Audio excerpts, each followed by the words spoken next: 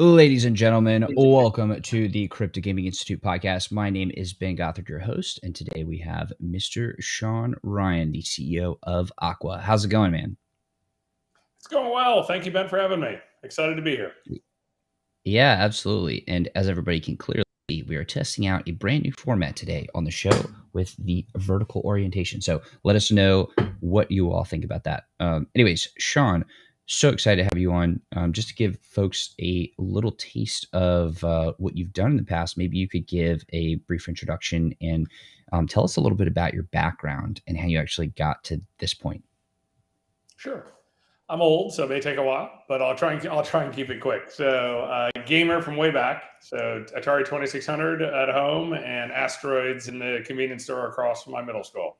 So, spent a lot of quarters there. Did a bunch of stuff, finance, some retail, came out of business school, and I only wanted to be in gaming. That was it. So, this is just as we're going from dial-up modem to broadband. I know it's hard to imagine for many of our listeners. And so I went to work at a company called Sega Soft. They were a console maker, and they had a very ambitious CEO who thought that online gaming would be the future. And to put a modem in the box, a box called the Dreamcast. And I originally came there to run business development and then became a GM there. And then went on to start what today we would call a metaverse. In those days, we called it a virtual world. It failed, by the way, just so we're clear. It was called Mies, and my CTO and I started that, which was an avatar that could watch videos, play games, do things like that. A little bit like Ready Player Me right now or Genie. And then ended up after trying a couple different things, ended up at Facebook. And so what is now Meta. And so came to Facebook to start the gaming business at Facebook. This is back in the Farmville days, Mafia Wars, that type of thing, the early days of free-to-play in gaming. And so did that for about 11 years, in addition to a bunch of other things at Facebook. Left about a year ago just because Web3 was the most exciting thing I'd seen. I'd been in crypto for a while, been in Bitcoin for a while. And I just thought that this is the next wave and how do we get involved? And there's different ways to play it as a studio, as a marketplace, as a chain, a protocol. And I just thought this is the natural outcome for gaming. I know not all gamers agree. I get it. And we can discuss that.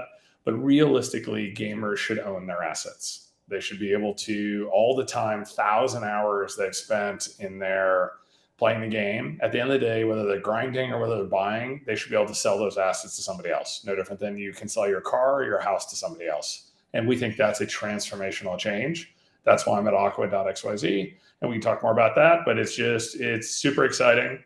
And I think it's the beginning of what will be the next big wave. Gaming historically has about every 10 years a wave or a new revenue model or a new gameplay model. So gameplay would be Battle Royale. Battle Royale was a new game loop probably 8 years ago. Gameplay would be free to play. Free to play was 14 years ago on Facebook and 10 years ago on mobile, 11 years ago on mobile. And so this is the next wave. So I'm very excited to talk about it. Happy to answer any questions and excited to be here. Yeah, I love that. So just to give people a little bit of a snapshot there, I mean, it's incredible the things that you've the places you've been able to go and to be a part of, and the fact that you were thinking about virtual worlds so early on. Clearly this is you've been thinking about this for way too early, just so we're clear. So as I used to joke at Facebook, we built it 17 years ago, and it was about 25 years too early. But that's a different joke. But so yeah. But what about that really captured your attention? Like, how did you know that was the thing? Was it just obvious to you, or was there something that clued you in, or that something you discovered, or a moment in time? I'd like to tell you I was the brilliant big thinker, but actually my friend Philip Rosedale at Second Life was actually that thinker. What I looked at was what was happening in Asia at the time. And Asia often leads in some of these areas. It doesn't mean it translates perfectly. It doesn't mean that in Korea at the time, what we were seeing with Kakao, which is still around, was the idea that an avatar would represent you. An avatar is an Indian term, meaning you're a representation on earth of a god. And we obviously know it from Snow Crash and other books. But the idea that you would have a virtual representation of you that would increasingly represent you in a variety of places. It could be on a messaging platform, which is what we built it for in the beginning. If you can remember this, AOL, Instant Messenger, that's what we built it for. And over time, you would spend more time in this world, and it would become an increasingly larger part of how you spend your free time versus watching TV or other things. And we thought it was going to happen quickly. It really didn't, just so we're clear. But the idea was good, and I still think Web3 has a place to play in it. But by the way, metaverses are still pretty small. And we're seeing outside of Roblox, metaverses are small. And so it doesn't mean they will be small forever. They're just still small. Yeah, I definitely think you're right about that. Which is interesting given how much media attention it's been getting. I think people are a bit shocked when they go in and see, like, okay, well, what's actually happening underneath all the hype and all the press there. Now I'm curious to know, because you talked about every 10 years there's a revolution in, I think you said, the monetization model of gaming. It's either both Why game is loop model or revenue model. They both change on a roughly 7 to 12 year cycle. Yeah, why is that the length of the cycle, and where are we in that cycle right now? So gaming is the most innovative way in the new tech world in terms of gamers are the ones who originally gaming companies are the ones who figure out how to monetize, how to measure, how to create new content, how to advertise. And this has been true for about 10 or 15 years now versus what in the old days. So in the old days, you had a single player game that maybe you played for a small amount of time, like Asteroids or Space Invaders, or maybe you played for a long amount of time, like a single player Wizardry, which was a role playing game of my era, that you played for 40 hours. That was it for a long time. And then all of a sudden, multiplayer games came along. The idea you could update a game through DLC or downloadable content. The idea you could have sequels. The idea you could have multiplayer. The idea you could have synchronous multiplayer, tournaments, all sorts of things. And that's really what changed gaming. And then what really changed gaming was the advent of free to play. And free to play was originally on Facebook's platform in the West, different in China, and then moved over to mobile. And then people said, that's fine, whatever, it's mobile. It'll never occur in AAA. And then Fortnite came along. And Fortnite, which does roughly $8 or $9 billion a year, all of a sudden became a monster. And so now you see in console even and on Steam, you see free-to-play titles. It doesn't mean everything else goes away. It just means that we see the advent of new revenue models that are now free-to-play is 130 billion of the 200 billion in total revenue in the global gaming economy. So that entire new economy, sorry about the background noise, which is the idea that I can get into a game really quickly and not have to pay $60 to play the game. That's still a good model. I love my God of War games, let's be clear. Or Elden Ring or something like that. But free to play still rocks. And so it's really expanded the marketplace. So that's the revenue model side. That's a massive shift. And what we see in Web3 is that now I can own those assets. And so we'll talk about that in a moment. In gameplay models, what you just see are new gameplay, what we call loops. We see different types of revenue models or gameplay models. And Battle Royale with Fortnite would be the most recent thing that's a legitimate new loop. That is really someone no one never thought of, and now is in many games, Call of Duty, PUBG, etc. But in general, what we see is in gaming is innovation. And no one should ever forget that. When I get yelled at by gamers who say that free-to-play sucks and NFTs suck and all these other things, remember that gaming is about innovation. It's about storytelling. It's about being at the cutting edge. Doesn't mean everybody has to come along. It just means that's what's so cool about gaming. It is the interactive story medium that is bigger than anything else in the world. And so that's what's so awesome about it. That's why I love to see that we've expanded the demographics into everybody plays games. My wife has, I've been 25 years. My wife has made fun of me for 25 years for playing games. What does she do now? She plays Wordle. She has two different WhatsApp groups that talk about Wordle. She's like, I'm not a gamer though. I'm not a gamer. I'm like, really? You've got two WhatsApp groups to talk about Wordle every day. So that's what I love about. What I love about gaming is everybody games. Maybe not everybody in the world, but most people do. And it's 3 billion people monthly, and NFT gaming and blockchain gaming are the next wave. And so what about blockchain and NFT gaming and this whole Web3 idea? What about that makes you so sure? And when did that really hit you? So it's a great question. And I'm obviously never, because I thought metaverses would be successful 17 years ago. So I clearly got that wrong. But here's what I'd say is, yeah, I had a long discussion with my CTO about this. Like, are we 10 years too early? Are we 20 years too early? Are we 5 years too early? The answer is gamers wish to own their assets. They want to have the flexibility to buy, sell, and trade the assets they've acquired. This has been true, and I'll give you a couple examples. One is when you do the polls of free-to-play gaming, which again is 130 billion out of 200 billion, as opposed to premium gaming. You ask them, why do they buy? Why do you spend money in Candy Crush? Why do you spend money in FIFA? Why do you spend money in Call of Duty? And not just console games, lots of other games. And the answer is, I want to get ahead. I want to accelerate. I want to win. I want to compete. I want to have fun. That never changes. So that's true in the new world. But in Web 2, or in the current free-to-play world, you can't do anything with those assets afterwards. All you can do is own them. You want to switch games. You want to switch strategies. This is what we see right now in even the early days of Web 3. I'm in Gods Unchained, which is an Immutable Studios game. It's a CCG. And I am playing the Water God. And you know what? I decide I want to play the Fire God. In the old days, you'd have to just go buy all the Fire God assets or somehow acquire them through grinding. Now you can sell your Water God assets. Maybe you don't make money. Maybe you lose some money. Maybe you make half of it back, whatever works. And now you can use that money to fund your new God purchases. This is no different than GameStop.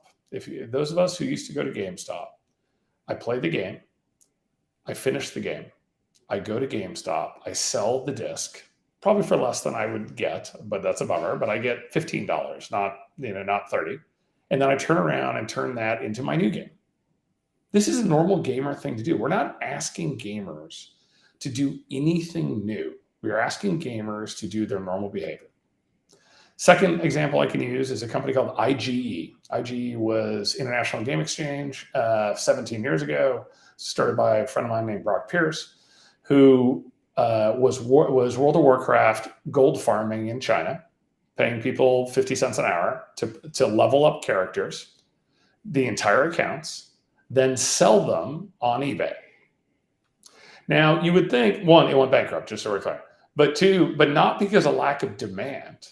It actually worked really well. It was just that it violated terms of service for World of Warcraft. It violated terms of service for eBay. So there was massive fraud in the middle. There was no good way to exchange, and you had to sell the whole account. You couldn't sell the assets. So what we find in today's blockchain system is this is normal behavior. I got a +5 sword. I have 2 of them. I want to get rid of one. In blockchain, I can take it to any marketplace and sell it if there's a demand for it. And that's great, because then I can use that money to buy something else. So what occurred to me was a couple of years ago, Axie Infinity, clearly the pioneer in the space, not my favorite game, but clearly a pioneer. And they showed that there's demand for this. But we all saw demand. Even in free to play, you saw demand for people to buy assets to accentuate or enhance their game experience. The only difference now is that you can sell those assets later. No different than you sell your car or your house. And when did that realization really hit you? Like, what was that moment where you're like, yes, this is what this is? I would say about 3 years ago, I was trying to get some work done at Facebook around this, and we were doing Libra or Diem, which was the initiative of Facebook on the blockchain. And what I'd say is, for the last 10 to 15 years, gaming, as I've said earlier, led the change in technology. It has been the most innovative category of any tech category.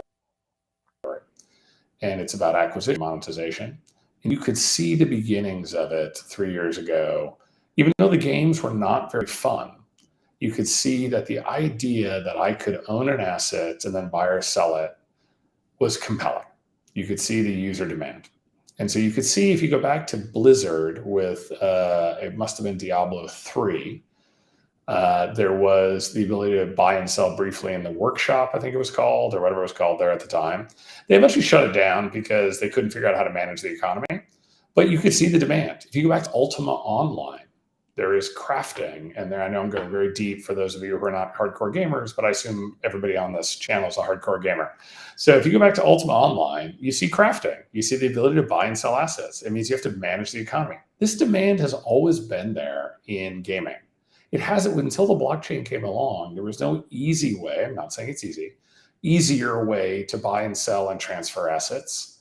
In those days, you had to sell the whole account. And the games that are being built now in the last couple of years, but particularly next year, are taking this into account from day one. And they're going to be games that are not only super fun, but actually are built around secondary sales and the idea that people are going to buy and sell these assets. Yes. Yes. I think when it clicked for me, because I have had a tremendous amount of hours in Diablo and World of Warcraft and League of Legends as the main three, and then a lot of other games. a lot. And probably the most enticing, not the most enticing, but one of the things that really stood out to me in the beginning was the thought of being able to take the same strategies I used to use in WoW with the auction house to build up gold, because that was like one of my favorite things to do, was just play around the auction house and trade and barter and all this stuff. Instead of doing that and only having the ability to get gold, which could be spent in game, do that same thing with the stuff that I earn in game and out for and whatever, and then be able to earn currencies, either in-game currencies that can be traded for other types of currencies or directly for those other currencies. It just had that complete freedom of expansion outside of the game, to where the game is real in the fact that, or in the form of, you can transfer value in and out of it very, very easily. And I think what you're saying here is very similar to that, which is giving back the power of freedom to the gamers themselves. Totally. So here's what I'd say is, and I worry when this verges into play to earn, as we saw with Axie. So when I used to go back to the GameStop example, the majority of people who went to GameStop and used and still do to this day, they're not making money. They're offsetting their costs. And that's useful. Not everybody has unlimited money. Some people are making money. They're going to, even in the old GameStop days, they're going to garage sales, they're going someplace into people's attics and finding old discs and selling them on GameStop in the old disc days. What I'd say today is play to earn, from my point of view. I won't say it's total nonsense. I would say it is a minority view. The idea that I'm going to replace my day job with playing games. Could happen, of course. We've seen it happen off and on. I go back and forth and say, let's look at what gaming is. Gaming is the ultimate form of entertainment. When you are entertained, you pay to be entertained. So you lose, as we say, in quotes, money, because you spend money to be entertained. There's nothing wrong with that. So when I go to a soccer match or a football match, if you're in Europe, I pay to be entertained. When I go to a movie theater, I pay to be entertained. There's no expectation that I make money at the movie theater, that I make money at the soccer match. And so when I look at gaming, I worry that we went down this path for the last couple of years of play to earn in some developing world countries in particular. But really what gaming is how do I pay to be entertained? It's the best form of entertainment in the world. People do it all over the world, trillions of hours a year. And so what's nice is there are folks like yourself, Ben, who are really sophisticated and probably could make money, especially with the auction house and WoW. And you're probably a smaller group who can make that, but that's great. You should do that. I think it's awesome. Then there's a bunch of people who just thought, really cool. I can sell some of my assets, buy other assets. I can be a mage this week, or a goblin, or I can switch, my function, whatever it is. And I don't have to buy everything from scratch. I can sell off some of the stuff I have. So I think we need to be able to satisfy both types of gamers. There's a minority group, although a very high power group, that is going to try and make money on it. They're going to arbitrage this. That's okay. There's nothing wrong with that. But realistically, most gamers just want to play and have fun and be entertained. And if they can offset some of their spending toward new strategies and new games, they will totally do that. And so that's where Web3 is so powerful.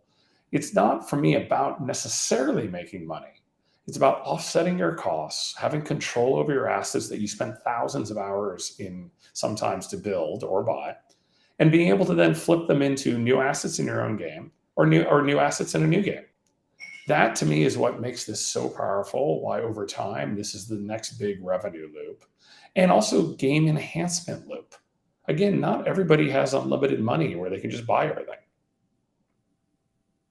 Yeah, I definitely think both of these ideas actually can coexist because Mhm.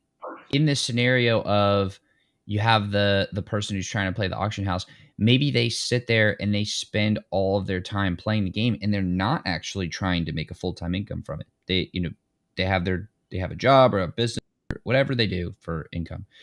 But then maybe they find in a certain dungeon uh, this really, really super rare legendary sword. And Mhm. they've leveled up their character. They're so strong they got to this point.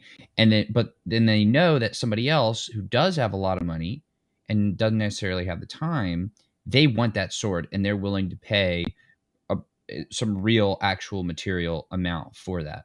Well, that to me seems like a really good idea. And that only will come about when you have a lot of people really vested in that world, in that game. And so it might not be able to replace that person's income, but maybe it not only offsets everything they put into the game, but then they are rewarded above and beyond that just because they happen to strike a good deal and found a great item and found the right buyer and stuff like that. So because that to me feels more real and realistic, and it definitely should not be, and it never be, we're going to create this random token and we're just going to feed that to you and that's going to Totally, make you rich from playing. I don't think that's realistic at all. But the totally. the rare items that give the extra utility and the nostalgia factor or the commemoration factor, I think is also going to be in play. For example, let's say you paid to go to get entertainment at a particular basketball game, but let's say that basketball game is the championship, the game 7 of the finals in the NBA championship, and let's say that each ticket was actually an NFT, and Mhm. that then became a collectible because, oh wow, it's a ticket from that particular game that decided the fate of these two teams in this really epic moment in time. That could have its own value. And then in games, maybe there's a huge PvP battle between two of the biggest guilds in the world, and it goes on for like a month. And there's this one particular moment where the leaders are finally fighting, and they decide who wins in this world where these two really powerful guilds, and that's important to that game world and the history of that world. Well, maybe that has some value too. What are your thoughts on these different types of value? Yeah, I think as we go into, I agree with you wholeheartedly. I think as we go into collectibles, I get less comfortable. I'm not saying there's not value there. That's more like art. What I love about games is that the games generally, the assets have utility. That is one of the things that's a hallmark of a game, as opposed to art. There's nothing wrong with art. I think art's amazing, but it just really, I +5 sword or a fast or a better gun in Call of Duty or a better basketball in NBA 2K. There are things you could do that games have done for years, which is figure out that balance of not play to win, but how do you improve your standing with various assets. And then the key thing is you just give users freedom. To your point, you said this earlier, Ben, it's the freedom. And freedom matters. The idea, if I bought a car from my local car dealership and you told me the only place I can sell that car back is my local car dealership, you'd be like, that's insane. I want to go to lots of car dealerships to see if I get a better price or a different experience or a different exchange. That's what we have in Web3. The ability for, now, by the way, there has to be a market. Someone wants to buy your asset. Let's start with the basics. Of But course. and we see a lot of these. We see a lot of these failed games. There's no market to buy your assets. So, but in general, in a thriving economy with a game that's doing well, you want the idea that you, if you wanted to, could sell off part of your assets or switch strategies or go, or decide to switch games. And that is powerful. That is powerful in the real world, and it is powerful in the virtual world, whether it's a metaverse or a game. That's what excites us. We still have to have good games. The current crop of games is not what I would call the best games ever. But I would say that when I joined Facebook, the game I inherited was Mafia Wars from Zynga. It was not a great game. Let's be crystal clear. It was a very social game, but not a good game. It was a spreadsheet with Wait the a UI second. on top of it. That was fun. That was fun Well, though. I mean, yeah, we look it back in must have been hindsight fun on once it. you took over. Well, What I'd say is, and again, we were just the platform, but Zynga made a good game there. But what I give Zynga credit for, and Playdom and everybody else who came after them, and King and so on, is that they made better games. What happened is over the years they figured out how to use Web2, how to use social, how to use free to play to make some pretty fun games. And so the games got better, not just graphically. People in this space focus on graphics. Let's be clear. Graphic fidelity has never determined the success of a game. People think they do. They're like, oh, it's a AAA game. It's Unreal 5. I'm like, no. You have lots of bad Unreal 5 games. Not because Unreal 5 is bad. It's a great engine. But gameplay matters. Fun matters. First and foremost. Yes. So I just want to hop in for 1 second. I just want to hop in for 1 second here, because on the graphics part, sometimes if you index for too strong of graphics, you might actually be in a way pricing out some of the players of your game because they can't afford the machines that can run that.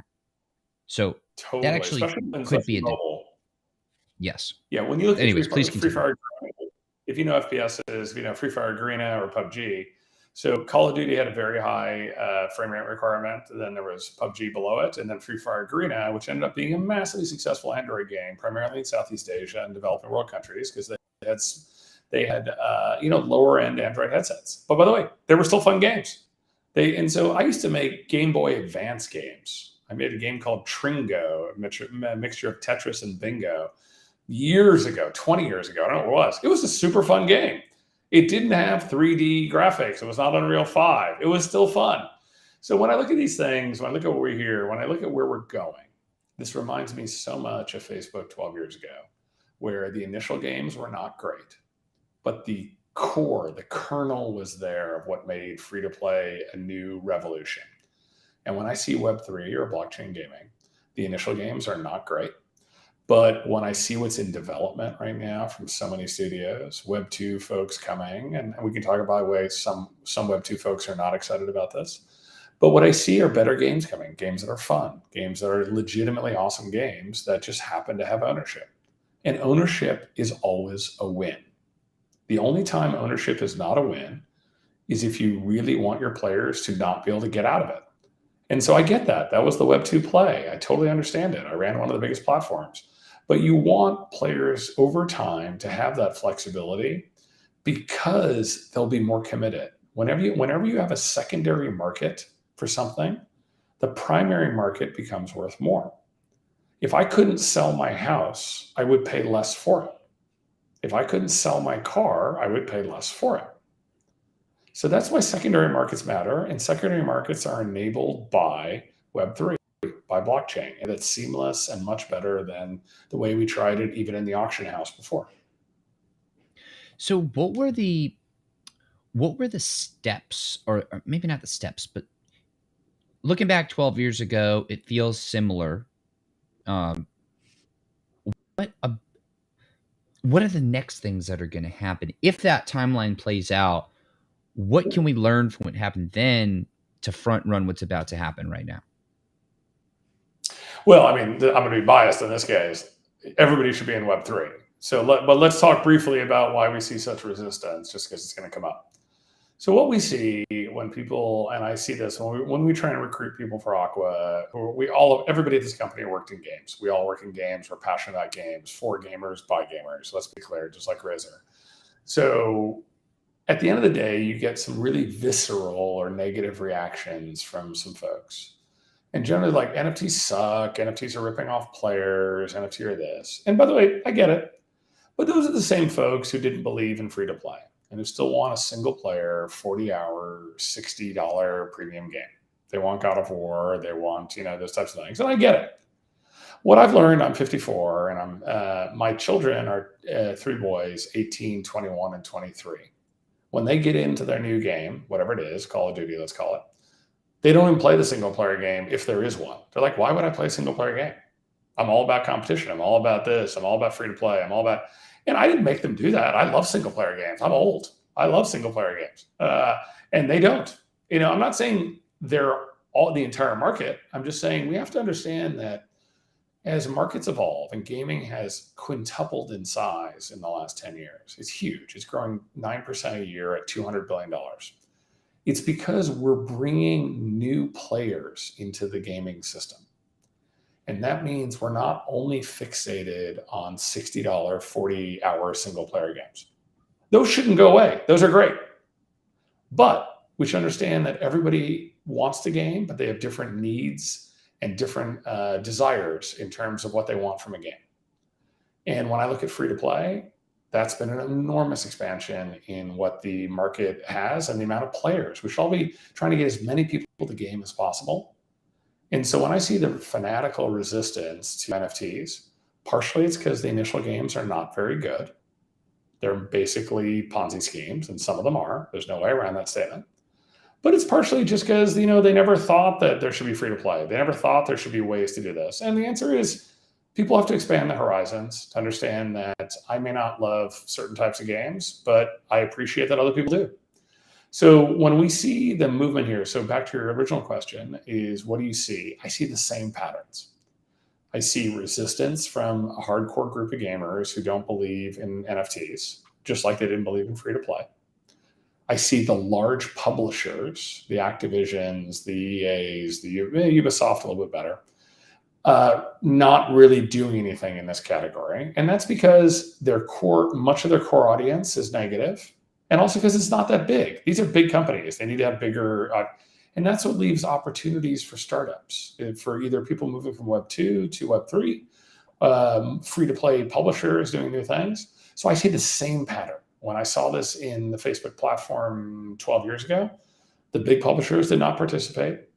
Many gamers at the time decided this was not their thing. They wanted to stay back with the old kind of single-player games. And that the games in the beginning were not very good. The games will get better. They are getting better and better. And we will introduce an entire new audience to new gameplay. I'm not sure what the new gameplay mechanics will be yet, but I'm certainly seeing people adapting existing gameplay mechanics, whether it's Battle Royale, whether it's Clash Royale, or those types of games, or FIFA, to Web3. And that's when I'm so excited. I hate to say it's nice to be old to recognize patterns, but sometimes it is. You see patterns and they repeat. And so they may not be identical, but they'll be similar. And so that's what's so fun to watch. And even when I have the haters who all talk about how much this sucks, I get it. I just don't agree with it. And I've been around long enough to see these patterns. Well, a quick note on the comment of being old. I think it does beat the alternative. So, which I love that. But that's a. Yes, but I hear what you're saying. And that actually makes a lot of sense as to why they would not have, the bigger businesses would not have been jumping at this as hard as those of us who are really deep in might have expected them to originally. I also think there's a big PR thing right now going on where for a long time, there was such a big push of this is horrible for the environment and it's killing all the trees and this is the doom of the world. And then I feel like that got blown way out of proportion to where people are now making decisions about whether or not to even dip their toe into this new evolution of gaming because of this. I mean, I don't want to get into anything too controversial, but like just the lies and propaganda around it, and just a complete misunderstanding. I agree, but I think most of this went away with the ETH merge. So let's be clear. Right. You're now down with the Ethereum merge. You're now down to where, frankly, this is not much more expensive than a Visa transaction. So the argument that gaming is somehow on blockchain, somehow much more destructive than it is to do Web2 gaming isn't really valid anymore. We can debate the margin, but by and large, with the ETH merge, which was an extraordinary move, so I think the environmental argument from my point of view, I agree with you. I didn't always agree with the arguments, but at the end of the day, it's not really there anymore. So I'm not saying the sentiment isn't still there, but the reality of it isn't there anymore. Exactly. And I think that's probably the biggest thing is just the negative sentiment. Totally agree. But I think the negative sentiment was also real that, the early games were not great. They weren't great games. So they were experiments to figure out how to use a blockchain. What was frustrating about the last couple of years, and we started Aqua, let's call it 6 months ago, was a lot of the collectors or investors who collected NFTs and to a certain extent game tokens didn't even play the game. They were just money go up. They were just like, hey, I'm going to buy this thing and hopefully it's going to go up and then I'm going to sell it. That's not our audience at Aqua. Our audience at Aqua is gamers. Gamers at the end of the day. So let's put it, there are 3 billion gamers in the world on a monthly basis. I think there's probably 300 million core gamers. It's 10 to 20%, what I'd call core to mid-core gamers. They won't all move, but many of them will because they play a game 1,000 hours a year or more, and they want to own their assets at the end, and the games get better, and all of a sudden you're like, the game's as good as it used to be. It might even be better in some cases, and I get to own my assets. So at the end of the day, I think that's the next wave. It's not about 3 billion people moving to blockchain in the next couple of years. That's not going to happen. There's no way. I've spent much of my time in social casino and casual games and hyper casual. Those take time. There's too much friction right now. But core and mid-core, some will resist because they don't like NFT or they don't like free to play. But as the games get better, they're going to be, this is great. I get to play around and maybe sell some assets and buy some more and have community. And community really matters in this, which is I get to talk to other people who love these games. We need better games, but those are in development.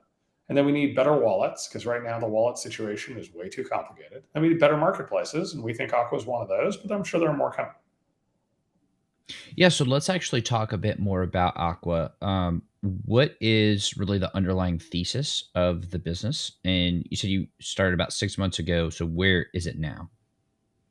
Yeah, we joined, my CTO and I, John and I joined an incubated business about 6 months ago. So the pre-alpha was up and running. And the idea was, for what our belief was for Web3, that gaming is going to be how the next 300 million find blockchain. It's not going to be cryptocurrency. It's not going to be metaverse. It's not going to be DeFi. All the other aspects of crypto that are there, just because they're super complicated, but I'm happy to talk about it. And it's going to be gaming. Gaming is the largest media and entertainment platform in the world. It's the fastest growing, and it's the most innovative. So we're going to find gamers who are a little sophisticated. They can deal with some friction. They can deal with some complicated wallets. They may need a higher end phone, those types of things. And they're going to move to, over time, a marketplace that speaks to them, that's for gamers by gamers.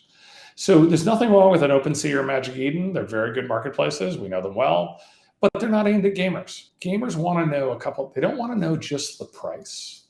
They want to know, what should I do with this asset? Why am I buying this asset? How does it help me win? How does it help me play, compete?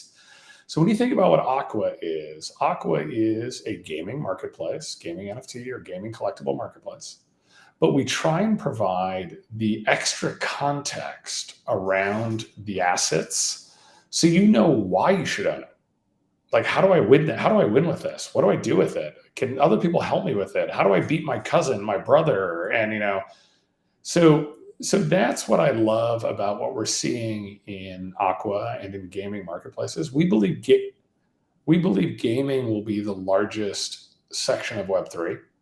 And because gamers, can you hear me? I'm having slight feedback issues on my headphones. You okay? Good. Sorry, my apologies. Yep. We're good. So that's really, when we looked at this, we said, okay, well, so I used to run Facebook Marketplace, the largest marketplace in the world. And what we found in general marketplaces was they start by having the most ownership, just like eBay used to. In eBay, when I was younger, eBay used to be where you bought your car and where you rented your apartment, or Craigslist. 10 years later, 15 years later, you don't. You go to specialized marketplaces that are specifically for real estate or for cars. The same thing is happening right now in digital marketplaces and Web3 marketplaces. The original marketplaces were a mixture of art and games and other stuff, and they were great. But now gamers want something that speaks to them. That's really about, how do I win? How do I have context? How do I do more than buy one asset at a time? So we often have people buy 10, 20, 30 assets at a time. They buy an entire deck of cards. That's not easy on general purpose marketplaces. So the thesis before Aqua is that gamers want to come to a marketplace that speaks to them, that provides context. No different than Twitch is different than going to YouTube. It's the same theory. And so how did you initially launch and get your first couple of customers? It's a good question. So we inherited an incubator from a digital firm called digital.xyz. which are a Web3 venture firm. And they had a guy named Ben, who also known as Shiny on Twitter, who was one of the largest NFT holders on Gods Unchained. And he got so frustrated with the Gods Unchained marketplace experience because he owned something like 350,000 NFTs. It was something like insane. And he's like, I can't keep buying these one off and selling them one off. He goes, it's crazy. And so he's like, there must be a better marketplace experience. So they put that initial kind of early stage model together. And then I came on board with my colleague John and my colleague Alay to build this into a business. That was about 6 months ago. We've focused on Immutable so far. Immutable is our blockchain. They've been an incredible partner. And Gods Unchained and Guild of Guardians are the two games we're running the playbook on right now. So how do we provide a better and better experience for those types of gamers? That looks good. And now it's expand to new games, expand to new chains, add more features. So it's a basic, start with something, understand you've got a great target demographic, and then understand that gamers are going to be the place to go. And then how do you expand that into new games, new chains, new features? And really, that's what 2023 is about. We're seeing, hundreds and now thousands of games in development. And I want to be clear, that's a big number. But I also want to be clear, let me give you the scope. iOS has 1 million games in the store. So when we say thousands of games are in development for blockchain, it's great. It's so much better than a year ago, but we're not at 1 million. So this will take time, but what isn't going to change is the games get better, the gamers want to own their assets, and Aqua is a great place, we think, to buy and sell assets and have a community for gamers to come find new games and for publishers to meet those gamers. So we're early, we're excited, but we're also super jazzed about the next set of games coming in 2023. What do you look for or what are you looking for in this next iteration of games that you think will set them apart from the previous iteration and actually give them a chance to be able to compete in a really big way? So there's a tendency in this category, especially by relatively new entrants, to believe that everything is AAA. And I use that term facetiously because most things are not AAA, let's be clear. But those who come in, and so there's a tendency to focus on what I'd say the shiny new object, the super cool thing that does everything and slices bread and does cold fusion and all these things. There's 7 different gameplay mechanics and so on.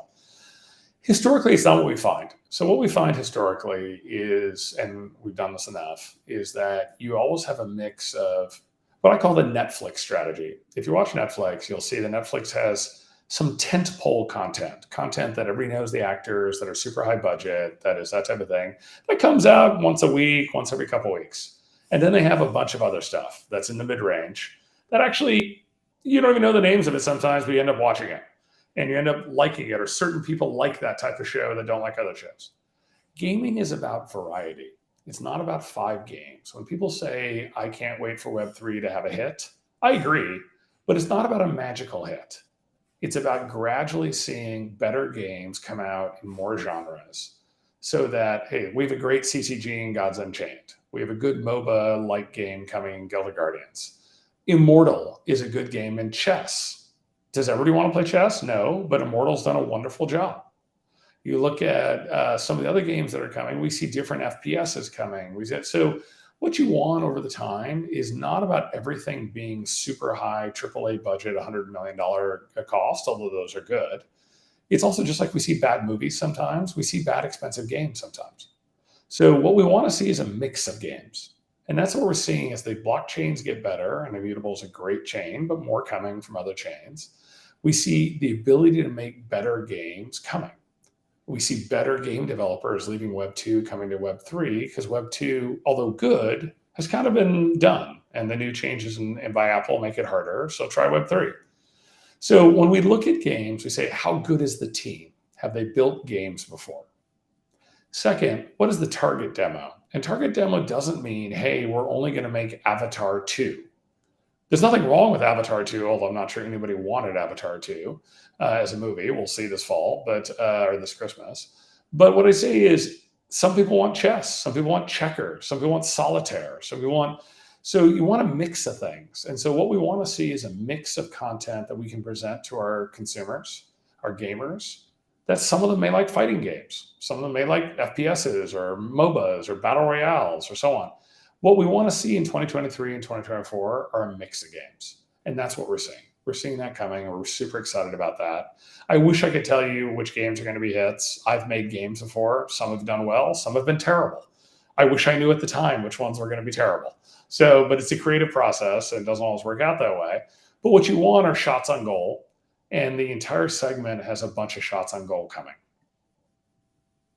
Now, when you're thinking, I want to jump back. Actually, I want to jump back to Aqua for a second. When you're thinking about how you are onboarding users that are actually taking out their payment things and paying, I was going to say taking out their cards, but we use wallets now, still recovering too. But are you focused exclusively? I used to say we're Web 3. I used to say we're Web 2.5. We're going to have to like Web 2.2 by the time we're done. But all right.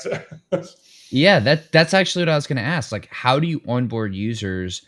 How do they pay? And how are you thinking through that whole user experience as a marketplace living in Web 3? So we're early. So what I'd say is right now we have whatever wallets support Immutable, and which is primarily MetaMask at the moment, and over time more wallets, and then as we add more chains, more wallets that support those chains. The wallet system is the most broken part of Web3 right now. So I used to run payments on Facebook, so I spent a great deal of time payments. The idea that when you come to a game, the first thing you must do is create some super complicated thing. If you don't have a wallet, and only 10 million people have wallets, let's call it, or 20 or 5, pick your number. And it's really complicated. It takes probably an hour to 2 hours. And it's scary because it's your payment information. It's insane how to do that. It is completely insane. So the idea that filter, if you look at a UA, or what we call user acquisition filter, you spend all this time trying to put an ad in front of somebody, get them to click on the ad or the feature or the link, and then go here. And at the very end, you give them a process that wipes out 95% of it. And just so they can play a game. It's madness. So what I'd say is it's getting better. Wallets are getting better. We're putting social logins on top of wallets. I mean, the idea that I have to tell my wife that she has to, the seed phrases are in the safe, that's a nutty conversation to have. The seed phrase is in the safe. Do you try and say that to a normal human? And they're like, what is wrong with you? Who do I call? I'm like, there's no one to call. It's an algorithm. I'm like, okay, that's madness. So what I'd say is we're getting better. Now, it does mean paring back some of the goals of the Web3 maxis. And I get it. I've been in Web3 forever, and blockchain and Bitcoin for a long time.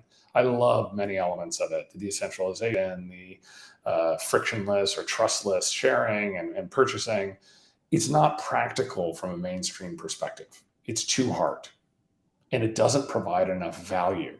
We have to come back to what is the consumer value from Web3? It is ownership of assets.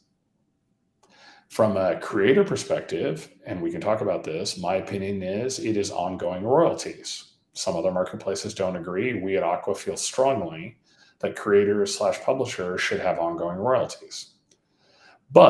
And then finally, I do believe in tokens. I believe tokens provide a way for the community, if a token is created correctly and staffed correctly, for a community to benefit from both financially and non-financially from how a system does. Those are the 3 tenets, my 3 pillars of Web3. Honestly, everything else I care less about. You tell me about decentralization, I tell you that 95% of gamers don't care. Now, I'm not saying decentralization doesn't matter. I'm just saying that 95% of gamers don't care. So how do we get people into Web3 so that they have an easy entry ramp? And then they can be more sophisticated after that. They can move their assets to hardware wallets. They can move them to different chains. They can do all sorts of things. But if we wipe them all out before they join, it doesn't help.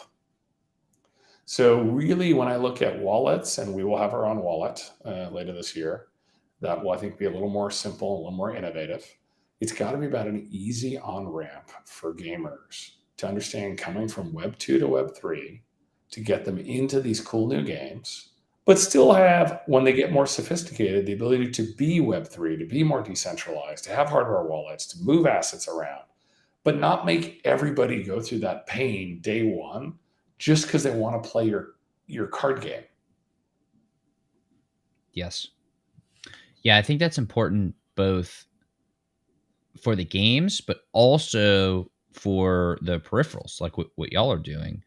Um, I mean, it's just unthinkable to make somebody jump through that many hoops and then expect a tremendous number of people to actually do that and go through those hoops. So Here's the I best way to look definitely at it. think you're right there. I left a company with 3 billion users, and there are 3 billion gamers in the world. So that's the rough top line you should look at right now. There are 3 billion monthly gamers in the world. Depending on which math you believe, there are roughly 1 million, not billion, 1 million monthly gamers in Web3. Doesn't mean I'm being negative on it. I'm super excited about it. And by the way, that's down from 6 months ago when Axie actually had a functioning business. So what I'd say is we're going to grow from here. We're going to grow, I think, to 3 million users in the next 3 years, which seems like a crazy number, but is less than 10% of the gaming audience by that point. And these are going to be mid-core and core gamers. But there's not going to be anything magic. It's going to be better games, better marketplaces, better wallets, just reduction of friction in the system. There's no magic. There's no magic hit game, magic solve. We're not doing cold fusion here. What we are doing is just making everything better. And there's not just us at Aqua, there's the entire ecosystem getting better. And that's what I'm excited about.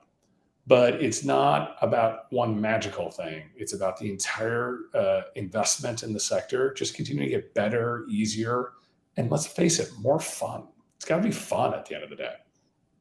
Yes. Yes, it does.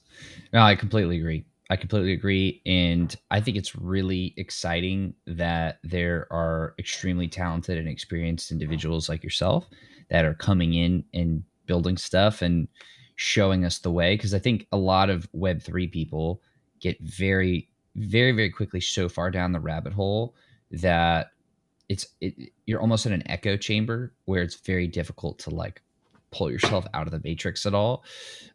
So folks like yourself that are coming in with so much experience, I mean, you've seen this happen. We talked about that earlier. You've seen this similar sort of thing happen again, and the mix of the experience and the knowledge and the ability to get things done and connections mixed with the brand new and the innovative and the exciting. I think we're about to enter a renaissance period for gaming, and especially at this intersection of crypto and gaming. And I think it's going to be really, really cool. So I just wanted to say thank you very much for being a part of that and for leaving Web 2 and hopping into Web 3 because it's very exciting. Listen, this is the most fun I've had in a long time. I love my Facebook, but this is the most fun. We're back core. We got a 14-person company now, building cool stuff, making mistakes, seeing some wins here and there, helping game developers.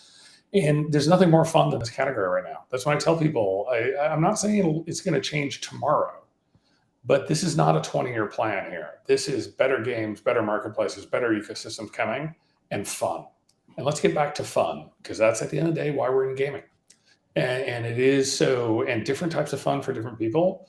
And I love the intersection of better games with more fun. And again, back to asset ownership, because it's such a key part of the freedom play.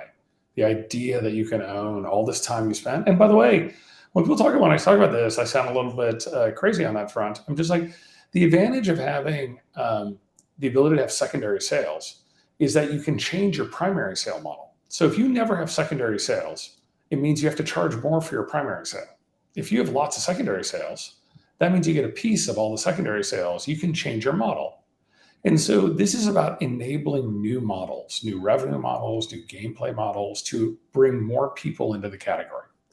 And anytime we see innovation, gaming wins. And gaming is the most innovative category in all of tech, and where tech meets media. And I love the smart people we're working with across so many different platforms and developers and chains that not all will work, but a lot of it will. And that's why this is the time to be here, because this is not a 20-year issue. This is the next couple of years. We're going to look back on this and say that was the lull of where not everything worked, and then it started to work. And that's what's so exciting. I can't wait. I can't wait.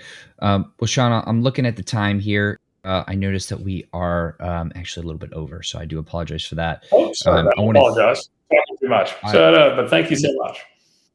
No, no, I've tremendously enjoyed this. I'm extremely grateful for the time that you've shared thus far. I want to be very respectful of your time. So I do want to say thank you very, very much for coming on the show. Do you have a call to action where, the next thing that we can do, maybe dig more into your work or maybe dig more into Aqua? I want to set it up to where it is evergreen. So regardless of whether people are listening to this tomorrow or in 50 years, there'll still be, Mhm. a reasonably good chance that everything will go to the right place, just to make sure everybody's able to get to where they should go. So maybe you can give us a call to action, and then we'll wrap it on up here. I appreciate that, Ben. No, just follow us on obviously aqua.xyz on the web, aqua.xyz on Twitter, as well as on Discord. And we're early. We're early. We need a lot of people to come help us build, not just us, but the entire ecosystem. It's never at this stage of an early stage market about competing for the existing gamers because there's only a couple million of them. This is about expanding the pie. This is about all of us working together, trying to figure out how we can make this a bigger pie for everybody. And that's really where I'm most excited to work with competitors, to work with other players in the space, to say, how can we create a bigger, more fun game system that has revenue attached to it as well, but at the end of the day, satisfies hundreds of millions of gamers. And that's what, at the end of the day, gets me excited every day. I love it. Well, everybody, you heard it. You heard it here. Go check out aqua.xyz everywhere, and then also make sure to toss Sean a follow as well.